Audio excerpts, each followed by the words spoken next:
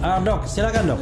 Mau mengeksplor yang mana dok? Dari isu-isu yang in the box tapi dibikin out of the box ini. Yang paling in the box itu yang sudah kita bayangkan bahwa Pak Presiden terpilih Pak Prabowo ini nggak bakal mau ke IKN. Ini belum dilantik tanggal 20 Oktober 2024 aja udah membelat kan, nggak mau ngantor di sana.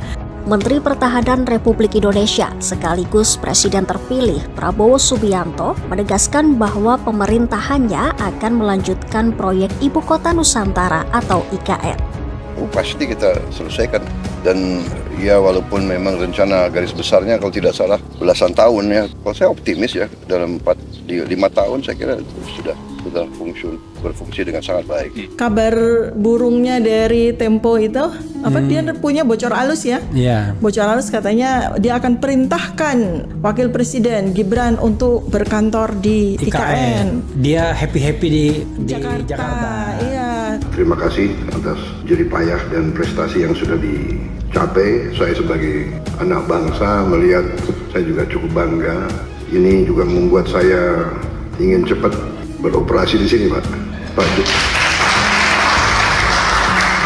Kalau saya usul, biar sekalian bapaknya aja. Nah iya, saya usul. Iya. Kalau gitu tambah usul. Jadi presiden terpilih kan boleh membuat semacam surat keputusan presiden kan? Iya. Nah, diperintahkan presiden lama untuk di IKN kan boleh. Oh iya, dikasih jabatan dulu. Diberi jabatan sebagai apalah gitu kan, pendamping wakil presiden atau apa gitu kan bisa ya. Oke, one team press juga bisa di sana.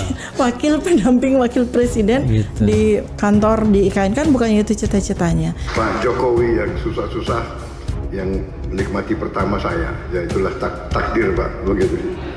Minta maaf Pak itu.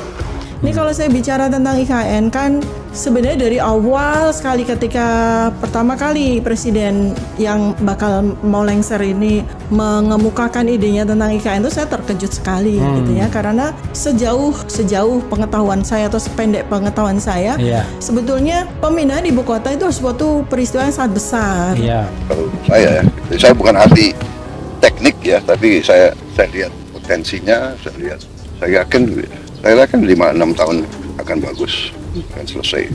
Kedepannya IKN akan berlanjut terus. Ya pastilah.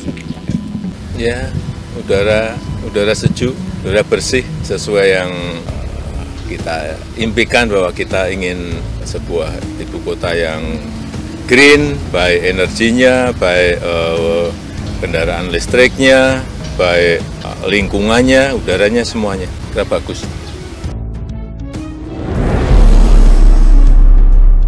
Terima kasih Bapak Presiden, Bapak Wakil Presiden, saudara-saudara sekalian. Saya tidak memberi pengarahan, tapi saya memberi beberapa komentar.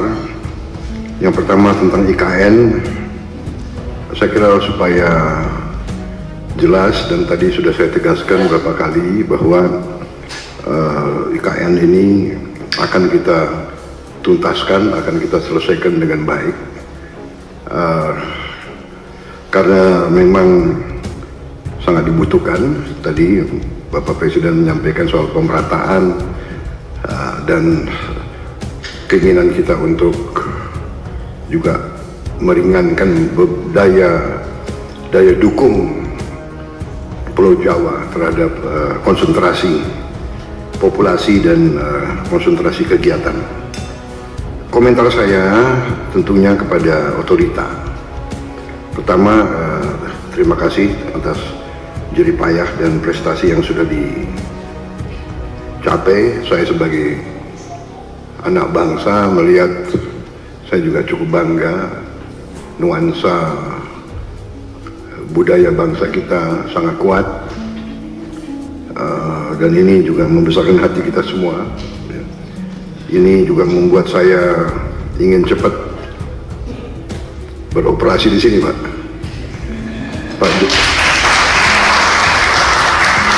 Pak Jokowi yang susah-susah yang menikmati pertama saya, ya itulah takdir Pak, begitu. Minta maaf Pak.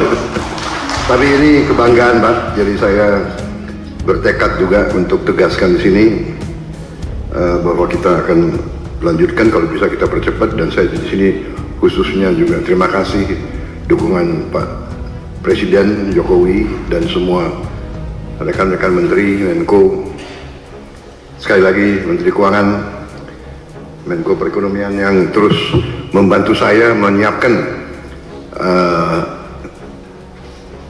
APBN yang akan datang. Ini sangat membuat saya optimis. Walaupun tantangan global besar, tapi kekuatan kita besar. Dan dukungan Pak Presiden sekali lagi saya sampaikan, dan semua menteri membuat saya sangat optimis. Dan untuk ini juga saya ingin meyakinkan otorita bahwa ruang anggaran yang kita siapkan cukup besar, dan kita bisa, saya kira, selesaikan beberapa hal yang penting dalam IKN ini. Kalau menurut saya intinya adalah ibu kota negara, intinya adalah pusat pemerintahan. Berarti yudikatif, eksekutif, dan legislatif. Berarti gedung MPR DPR menjadi prioritas dengan perumahan anggota DPR MPR dan ruang kantornya, dan juga MA/MK juga sangat mendesak menurut saya. Jadi kalau bisa, mungkin otoritas sudah bisa mulai mungkin membuat sayembara untuk desain yang bagus, yang tidak bertentangan atau bertabrakan dengan desain yang sudah ada. Jadi MPR DPR, kemudian yudikatifnya, kalau itu sudah selesai, sebetulnya secara substansi ibu kota pemerintah sudah bisa beroperasi di sini. Kita tidak perlu tunggu yang lain-lain. Saya kira yang lain-lain itu akan menyusul. Saya kira itu komentar saya, Bapak Presiden, dan untuk otorita. Yang kedua, bagaimanapun saya dididik untuk selalu menghadapi kemungkinan yang paling jelek, karena kita inginnya forest city. Berarti masalah hutan itu sangat besar, berarti kita harus siap untuk bencana, bahaya kebakaran. Nah, ini kita harus siap dengan teknologi yang ada, dan mungkin ada perencanaan yang lebih besar menghadapi kemungkinan yang paling jelek. Teknologi mungkin dengan pemantauan, dengan juga penambahan, saya kira penambahan pemadam kebakaran, tim-tim pemadam kebakaran, mungkin koordinasi. Kita harus juga bantu Badan Bencana Alam, BNPB ya, BNPB mungkin harus dikonsentrasikan.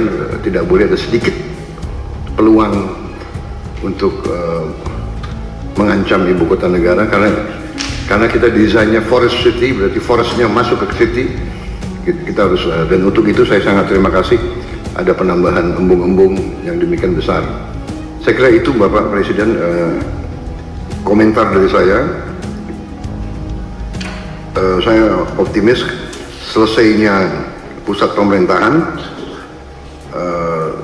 dengan investasi yang lain akan mengundang investor lebih besar lagi.